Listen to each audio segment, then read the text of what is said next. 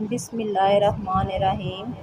حضرت لوط علیہ السلام حضرت ابراہیم علیہ السلام کے بھائی حاران بن طارق آزر کے بیٹے اور حضرت ابراہیم علیہ السلام کے بھتیجے تھے۔ حضرت ابراہیم علیہ السلام نے جب قوم کو توحید کی دعوت پیش کی تو خاندان کے افراد سمیت پوری قوم آپ علیہ السلام کی مخالف ہو گئی اور آپ علیہ السلام کے خلاف سازشیں کرنے لگی۔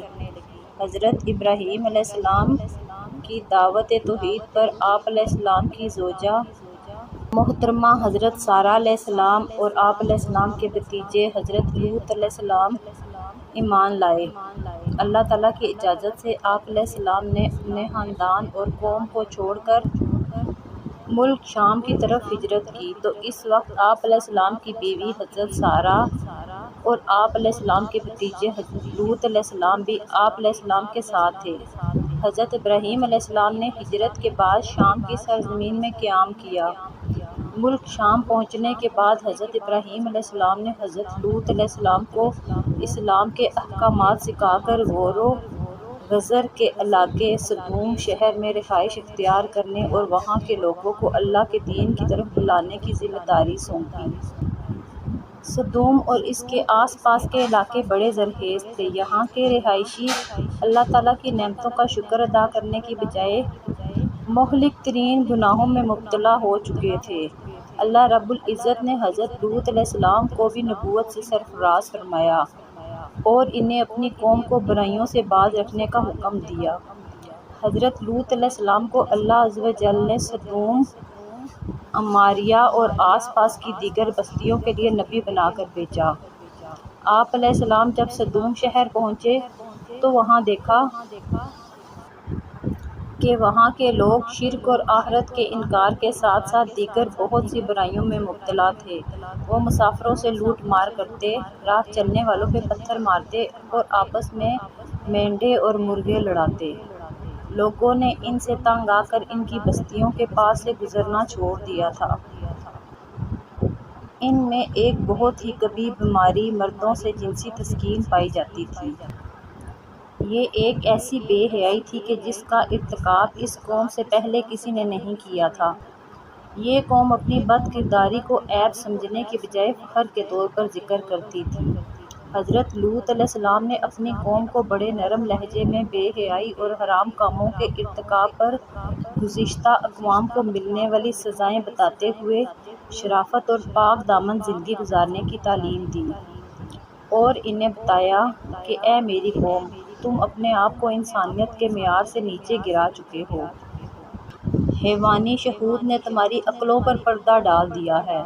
تم ان عورتوں کو چھوڑ کے جنہیں اللہ تعالیٰ نے تمہارے سکون کے لیے پیدا کیا ہے، مردوں سے بدفعلی کا ارتکاب کرتے ہو۔ تم حدود کو تجاوز کر چکے ہو۔ اب بھی تمہارے پاس وقت ہے کہ تم جرائم اور برائیوں کو چھوڑ کر اللہ سبحانہ و تعالیٰ کے فرما بردار بندے بن کر زندگی گزارو، اسی میں تم سب کی بھلائی ہے۔ حضرت لوط علیہ السلام نے اپنی قوم کو نصیحت کی اور انہیں اللہ تعالیٰ کی نافرمانی کرنے پر عذاب الہی کا خوف دلایا، لیکن انہوں نے نصیحت کو قبول کرنے کی بجائے حضرت لوط علیہ السلام کو جھٹلا دیا اور کہا، آپ پاک دامن رہنا چاہتے ہیں تو ہمارے علاقے سے نکل جائیے۔ جس عذاب سے آپ ہمیں ڈرا رہے ہیں وہ بھی لے آئیں، ہم پھر بھی اپنی حرکت سے باز نہیں آئیں گے۔ فرمان الہی ہے۔ ترجمہ: قوم لوط نے بھی رسولوں کو جھٹلایا۔ قوم لوط نے کہا، اے لوط، اگر تم اس تبلیغ سے باز نہ آئے تو تمہیں جلا وطن کر دیا جائے گا۔ بس ان کی قوم کا جواب یہی تھا کہ انہوں نے کہا، اگر تم سچے ہو تو ہم پر اللہ کا عذاب لے آؤ۔ حضرت لوط علیہ السلام نے اپنی قوم کو بڑے نرم لہجے میں نصیحت کی، لیکن چند لوگوں کے علاوہ کسی پر بھی اس کا اثر نہ ہوا۔ قوم نے آپ علیہ السلام کو مختلف تکالیف پہنچانے کے ساتھ ساتھ عذاب کا مطالبہ کر دیا۔ آپ علیہ السلام نے اللہ تعالیٰ کے حضور دعا مانگی۔ فرمان الہی ہے۔ ترجمہ: اے میرے رب، ان فسادی لوگوں کے مقابلے میں میری مدد فرما۔ ترجمہ: اے میرے پروردگار، جو یہ کام کر رہے ہیں، اس معاشرے سے مجھے اور میرے اہل و عیال کو نجات دے۔ جب حضرت لوط علیہ السلام نے اللہ تعالیٰ سے قوم کے خلاف مدد طلب کی تو اللہ تعالیٰ نے قوم لوط کو ہلاک کرنے کے لیے فرشتے بھیجے اور انہیں یہ بھی حکم دیا کہ وہ قوم لوط کو ہلاک کرنے سے پہلے حضرت ابراہیم علیہ السلام کو ان کے بیٹے اسحاق اور پوتے یعقوب علیہ السلام کی خوشخبری بھی دیں۔ اللہ تعالیٰ کے فرشتے پہلے حضرت ابراہیم علیہ السلام کے پاس آئے اور انہیں بیٹے اور پوتے کی خوشخبری سنائی۔ پھر حضرت ابراہیم علیہ السلام سے فرمایا، ہمیں قوم لوط کو ہلاک کرنے کے لیے بھیجا گیا ہے۔ حضرت ابراہیم علیہ السلام نے ان فرشتوں کی زبانی قوم لوط کی ہلاکت کی خبر سنی تو ہمدردی کا اظہار کرتے ہوئے قوم لوط کی جانب سے دفاع کے طور پر کہنے لگے کہ تم اس قوم کو کیسے ہلاک کرنے جا رہے ہو جس میں اللہ تعالیٰ کے برگزیدہ نبی لوط علیہ السلام بھی موجود ہیں۔ فرشتوں نے عرض کیا، ہم یہ سب جانتے ہیں، ہمیں حکم دیا گیا ہے کہ ہم پوری قوم کو ہلاک کر دیں سوائے لوط علیہ السلام اور ان کے خاندان کے، البتہ لوط علیہ السلام کی بیوی بھی عذاب کا شکار ہوگی۔ حضرت ابراہیم علیہ السلام کو بیٹے اور پوتے کی خوشخبری دینے کے بعد وہ فرشتے حضرت لوط علیہ السلام کے پاس نہایت حسین و جمیل نوجوان لڑکوں کی صورت میں مہمان بن کر سدوم پہنچے۔ حضرت لوط علیہ السلام ان خوبصورت مہمانوں کو دیکھ کر گھبرا گئے، اس بات سے ڈرے کہ ان کی بدبخت قوم ان مہمانوں کے ساتھ برا سلوک نہ کرے۔ حضرت لوط علیہ السلام اب بھی فکر میں تھے کہ قوم کے لوگوں کو آپ علیہ السلام کے پاس آنے والے مہمانوں کے بارے میں معلوم ہو گیا، اور انہوں نے آ کر لوط علیہ السلام سے یہ مطالبہ کیا کہ انہیں ہمارے حوالے کر دو تاکہ ہم ان سے اپنی جنسی خواہش پوری کریں۔ آپ علیہ السلام بہت غمگین ہو گئے۔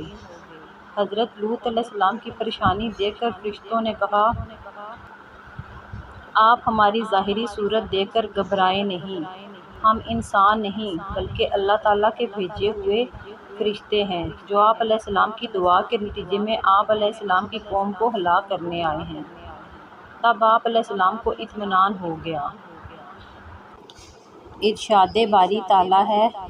ترجمہ: جب ہمارے بھیجے ہوئے فرشتے لوط علیہ السلام کے پاس پہنچے تو وہ ان کی وجہ سے بہت غمگین ہوئے اور دل ہی دل میں کڑنے لگے اور کہنے لگے، آج کا دن بڑی مصیبت کا دن ہے۔ آخر کار لوط علیہ السلام خاموشی سے انہیں اپنے گھر لے آئے، لیکن آپ علیہ السلام کی بیوی نے قوم کو ان مہمانوں کی خبر دے دی اور ان لوط علیہ السلام کی قوم کے لوگ دوڑتے ہوئے ان کے پاس آ پہنچے، جبکہ وہ تو پہلے ہی برائیوں کا ارتکاب کیا کرتے تھے۔